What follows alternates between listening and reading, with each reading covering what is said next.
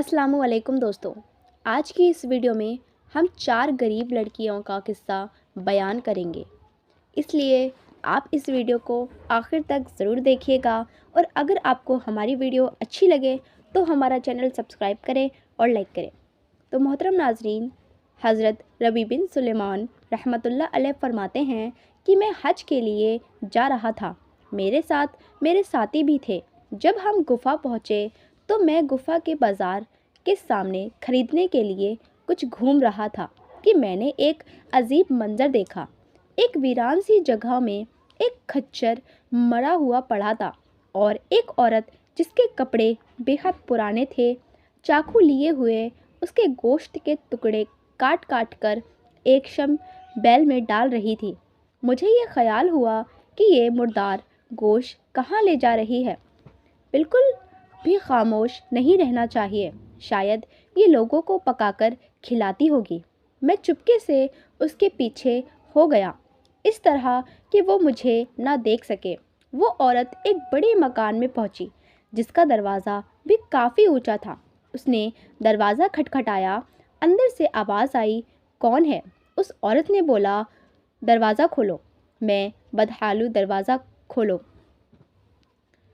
दरवाज़ा खुल गया और घर में 4 लड़कियां नज़र आईं जिनके चेहरों से बदहाली और मुसीबत के आसार ज़ाहिर हो रहे थे। और औरत अंदर चली गई और जाम्बील लड़कियों के सामने रख दी। मैं दीवारों की दूर जोर से जाग रहा था। मैंने देखा कि अंदर से घर बिल्कुल खाली और बर्बाद था। उस औरत ने रोते हुए लड़कियों से कहा, इसको पका लो और अल्लाह का शुक्र अदा करो। वो लड़कियां गोश्त काट काट कर उसको आग में भूंजने लगी। मुझे बहुत तकलीफ़ हुई और मैंने बाहर से आवाज़ देते हुए कहा, ए अल्लाह की बंदी,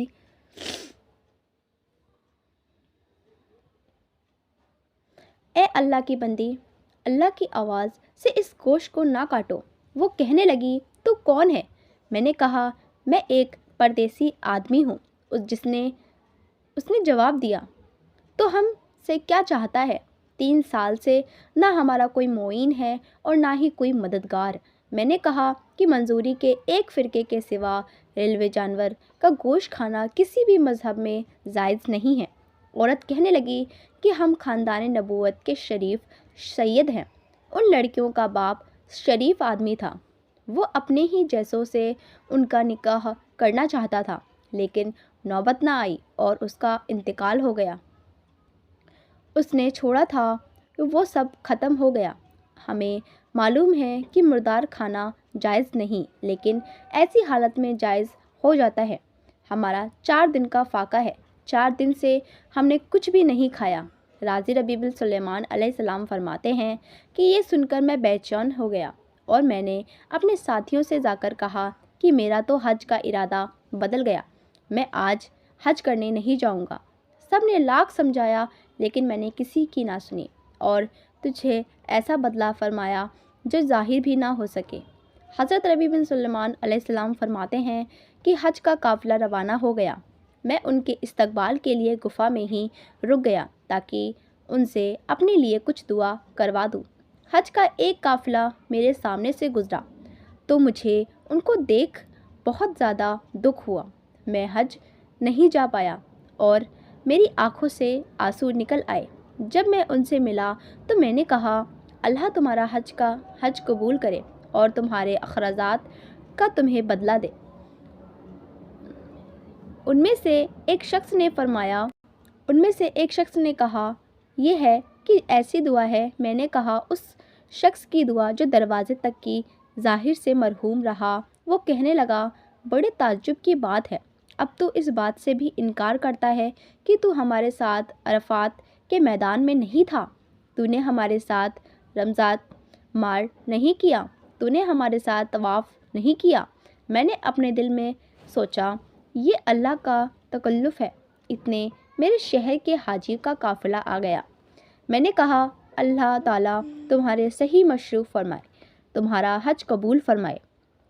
वो कहने लगे कि तू हमारे साथ अराफात में नहीं था? क्या तुमने हमारे साथ रमिया ज़िमार नहीं किया? کیا تو نے ہمارے ساتھ آف نہیں کیا؟ اب تو انکار کر رہا ہے۔ ان میں سے ایک شخص آگے بڑھا اور کہنے لگا کہ بھائی انکار کیوں کرتا ہے؟ تو ہمارے ساتھ مکہ مکرم میں نہیں تھا کیا؟ کیا تم ہمارے مدینہ منور میں نہیں تھے جب ہم حضور اکرام صلی اللہ علیہ وسلم کی قبر مبارک کی زیارت کر کے اسلام سے باہر آئے تھے؟ اس وقت اشندان کی کثرت کی وجہ سے تو نے تھیلی میرے پاس امانت رکھوائی تھی، جس کی میں ہر بار جو ہم سے معاملہ کرتا تھا نفع کم آتا تھا۔ اس نے کہا، یہ لو اپنی تھیلی واپس۔ ربیع بن فرماتے ہیں، میں نے اس تھیلی کو اس سے پہلے کبھی نہیں دیکھا تھا۔ خیر، اس کو لے کر واپس آیا اور نماز پڑھی، اپنا وظیفہ پورا کیا اور اسی سوچ میں جاگتا آخر یہ قصہ کیا ہے؟ اسی کشمکش میں میری آنکھ لگ گئی۔ میں نے حضور اکرم صلی اللہ علیہ وسلم کو خواب میں زیارت کی۔ میں نے خواب میں اپنے آپ کو نبی کریم صلی اللہ علیہ وسلم کو دیکھا۔ حضور